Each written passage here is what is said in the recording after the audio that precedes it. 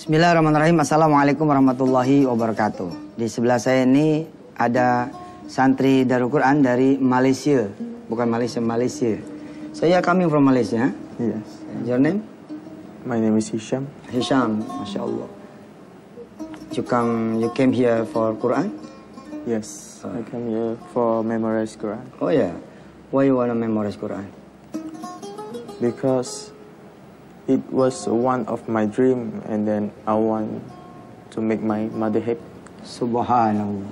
Beliau datang dari Malaysia, katanya dulu saya cita-cita pengen jadi penghafal Quran dan pengen bikin ibunya happy, ibunya bahagia. Subhanallah. Kita doain dan Hisham ya akan narik gerbong lagi sebanyak-banyak orang-orang Malaysia belajar di Indonesia. Amin ya Allah ya Rabbal Alamin. Insyaallah, dan akan kembali lagi ke Malaysia menjadi what's your next dream? My next dream is wanna be a businessman. Why? Wow.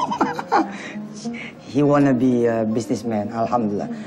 Please read surah Tabarak, ayat 4. A'udzu billahi minasy syaithanir rajim. Bismillahirrahmanirrahim. ثم ارجع البصر كرتين ينقلب إليك البصر خاسئا وهو حسير. Sadaqallahul azim. Masya Allah. Please send my best regard to your mother. Alhamdulillah.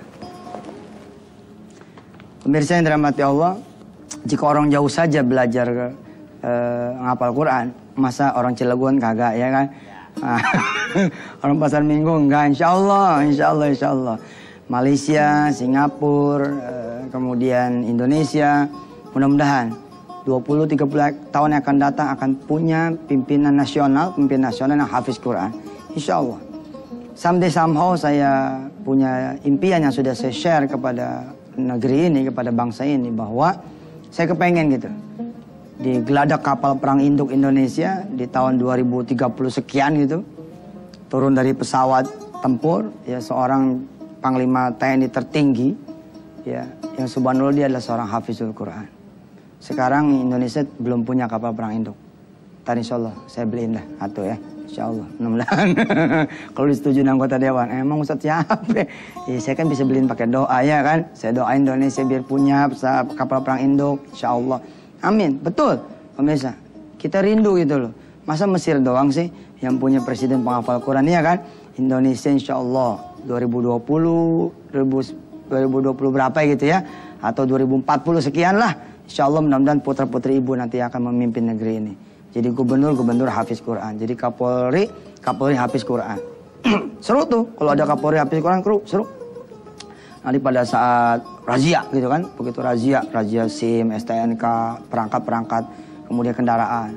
Nah, ada satu nih yang nggak lengkap, nggak bawa SIM. Polisi datang, Assalamualaikum. Waalaikumsalam. Saudara tahu kesalahan saudara apa? Tahu Pak.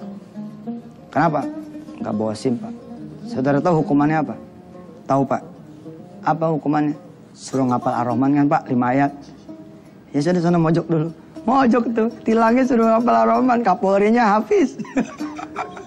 Akhirnya orang pada mojok ke baris. Ternyata banyak lagi ngapalin Ar-Rahman. Assalamualaikum. Waalaikumsalam. Saya udah hafal Pak. Masa udah hafal? Coba. A'udzu billahi minasyaitonir rajim.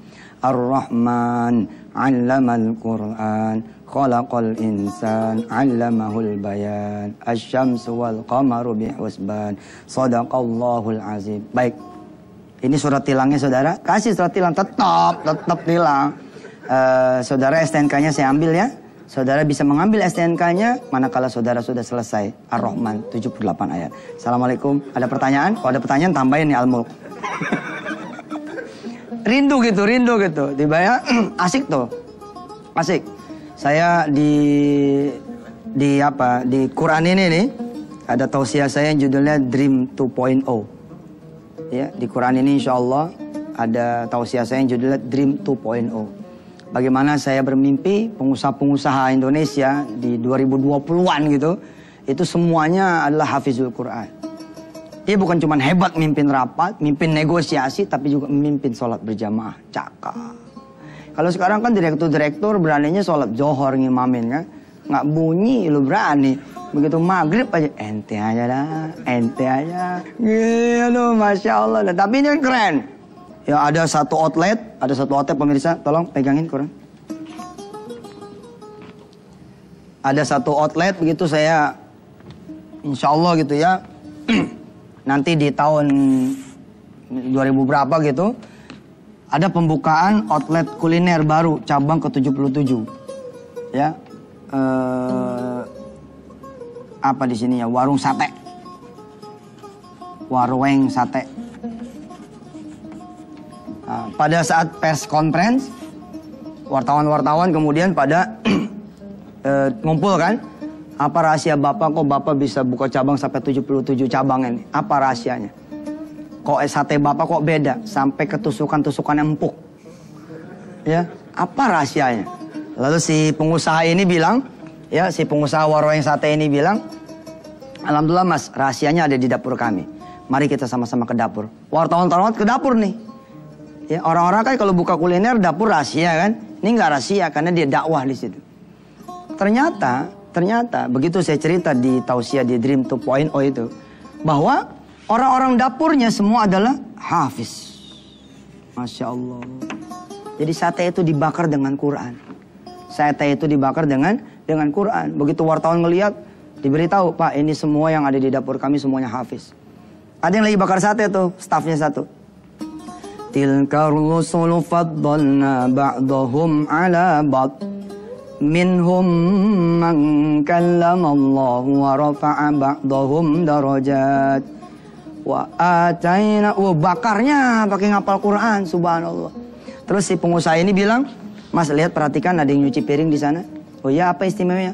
Beliau ini juga hafiz Quran. Kok hafiz Quran nyuci piring? Anda merendahkan dong. Oh enggak, dia akan kami proyeksikan menjadi GM cabang ke-78.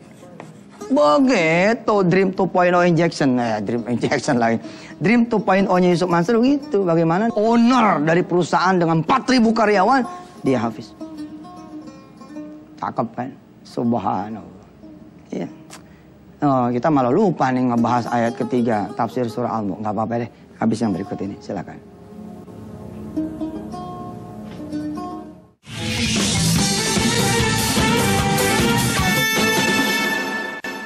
Baik pemirsa, hari ini kita masuk ke pembahasan tafsir surah Al-Mulk ayat yang ketiga.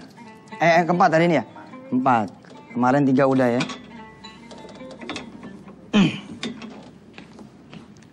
Bismillahirrahmanirrahim. Tsummarji'il basar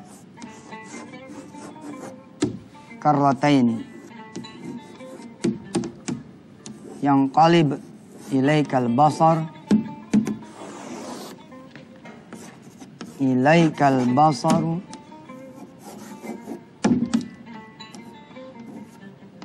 khasi'a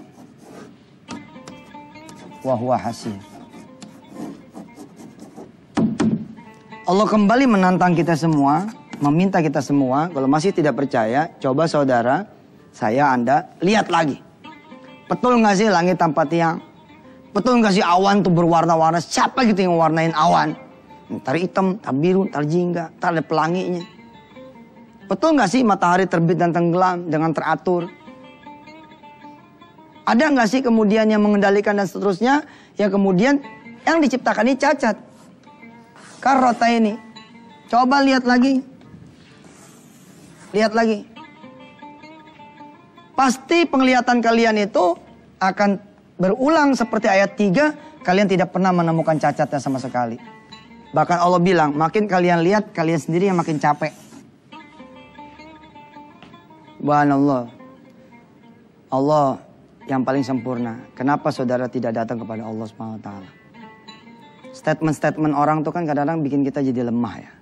Hanya statement Allah yang bikin kita jadi kuat kembali.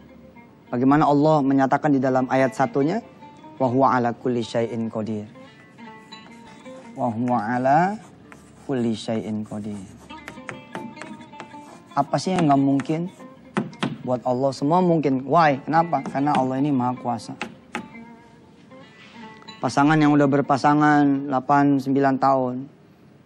Kalau nanya sama kanan kiri, aduh makin pesimis dia. Subhanallah. Tapi ketika nanya sama Allah, apa yang gak mungkin buat Allah? Semuanya mungkin. Saya pernah punya cerita pemirsa, ada seorang teman, dia bilang begini, coba sini, dia panggil tuh, kebetulan posisi bawahannya, dia panggil bawahannya, sini. Gue mau nanya nih, Tuhan lo bisa bikin gue punya anak gak? Gitu nih kata nih non muslim. Emang kenapa pak? Gue udah jajal semua Tuhan, gak ada yang bisa bikin gue punya anak. Kira-kira kalau gue Tuhannya Tuhan yang lo punya, kata nih orang, bisa nggak gue punya anak? Dengan yakin, kemudian si bawaan ini bilang, bisa pak. Ya udah bapak masuk Islam aja dulu. Benar ya, Tuhan kamu nih Allah nih bisa ya bikin saya punya anak ya? Bisa pak. Ya udah bilangin, saya mau masuk Islam. Habis itu si anak buahnya ini yang bingung. Dia lapor ke guru ngajinya, dia lapor ke halakonya, dia lapor ke teman-temannya. Gimana nih? Padahal itu orang udah 15 tahun tidak punya anak. Dan dia ngakunya udah Tuhannya udah macam-macam, dimasuk ke sini nggak punya, masuk sini nggak punya, masuk sini nggak ada Tuhan yang bisa. Cuman Tuhan orang Islam yang belum dijajal katanya, yakni Allah. Tapi disambut nih sama orang, bisa masuk aja pak Islam dulu. Begitu dia kata, ya udah besok saya masuk Islam. Bingung tuh orang, bener gak nih Allah ya? Tak kalau dia enggak gimana juga nih. Udah kata teman-temannya, yakin aja kita bantuin doa, insya Allah mudah-mudahan nggak ada yang nggak mungkin. Besoknya orang ini datang ngucapin syahadat. Lalu kata teman-temannya, Pak, syarat dan ketentuan berlaku loh. Asal bapak benar-benar bertuhan Allah dan menjalankan seluruh syariat Allah sekuat bapak, semampu bapak, maka insya Allah bapak akan bisa punya anak seperti yang bapak minta. Apa kata nih orang? Ya udah, saya bikin kontrak sama Allah ya, 5 tahun. Kalau dalam 5 tahun saya bertuhan Allah tidak punya anak juga, berarti emang tidak ada yang sanggup di dunia ini yang memberikan saya anak. Deal, jabanin. Dan memang orang ini kemudian melakukan itu yang dia lebih daripada kita. Dia lakuin semua. Sholat wajib dilakuin, qobliyah ba'diyah dilakuin, duha dilakuin, sholat tahajud dilakuin, sedekah dilakuin.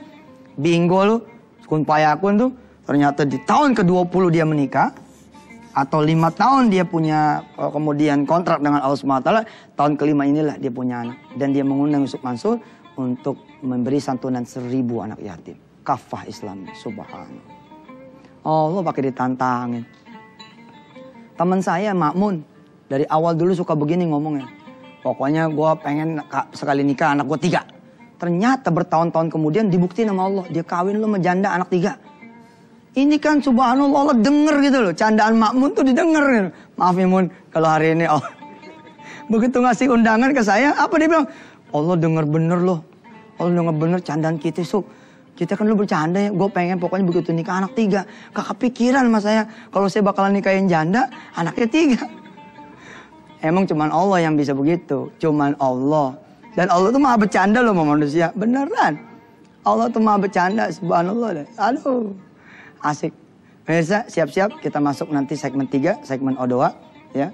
Saudara yang pengen kemudian mendapatkan tafsir lebih lengkap lagi ayat keempat surah Al-Mulk, silakan di login ya, dijelajahi website kami di www.yusufmansur.com. Jangan kemana-mana, siapkan rekamannya supaya saudara tidak kehilangan ayat yang kedua dari surah Al-Baqarah. Silakan.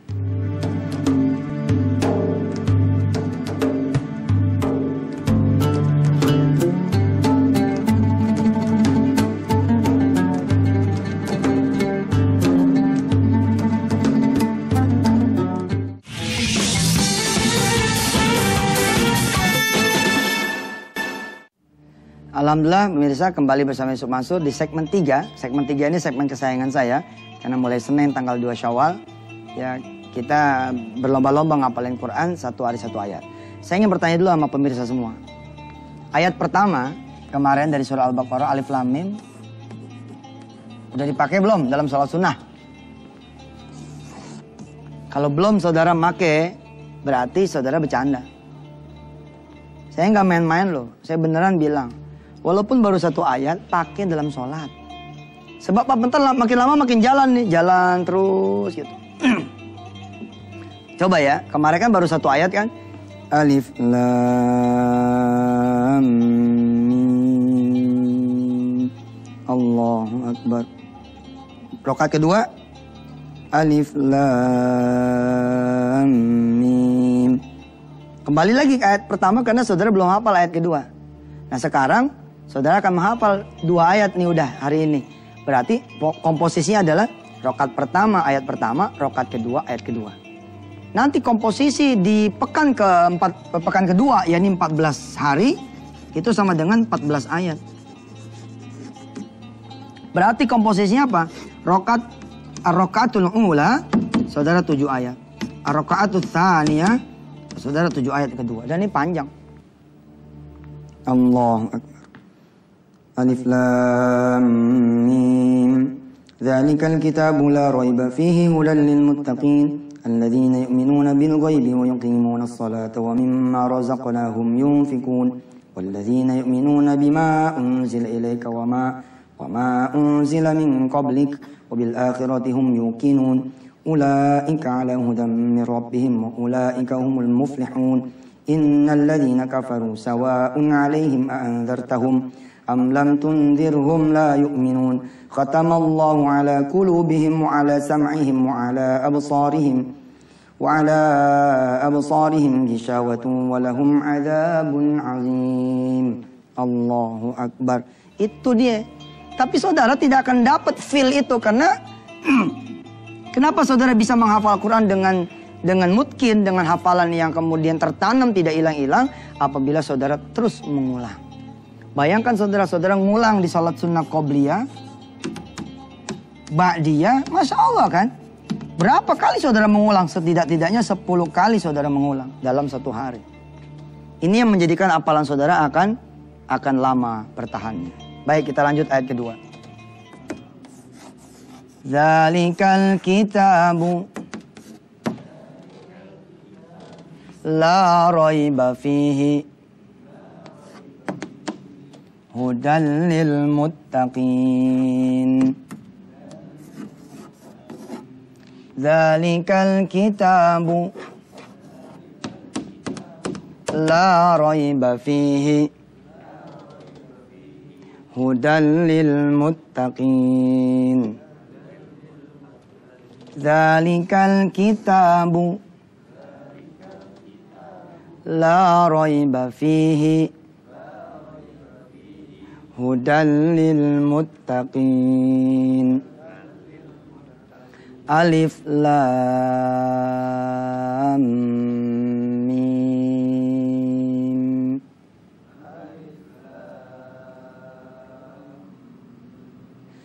Dzalikal kitabu la raiba fihi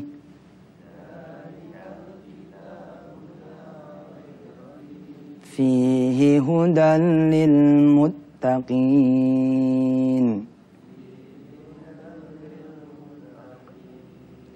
Fihi hudan lil muttaqin. Salat duha lagi deh. 2 ayat tuh udah maju tuh. Udah maju tuh. Dan pahala saudara subhanallah. Hitung aja pahala saudara berapa coba. La aqulu alif lam mim harfun. Walakin alif harfun, lam harfun, mim harfun. Alif lam mim 3 huruf. 3 huruf ini 3 dikali 700 ila sabi mi'ati di'fin. 2100 kebaikan. Ini berapa nih? Coba saudara hitung. Saudara lapor sama saya di pertemuan besok. Insya Allah mudah-mudahan masih bersama Ustaz Mansur. Maafin saya kalau ada salah-salah kata, salah-salah ngajar. Namanya juga guru. Ya suka ada pikiran, mikirin bini, mikirin anak, macam pikiran. Assalamualaikum warahmatullahi wabarakatuh.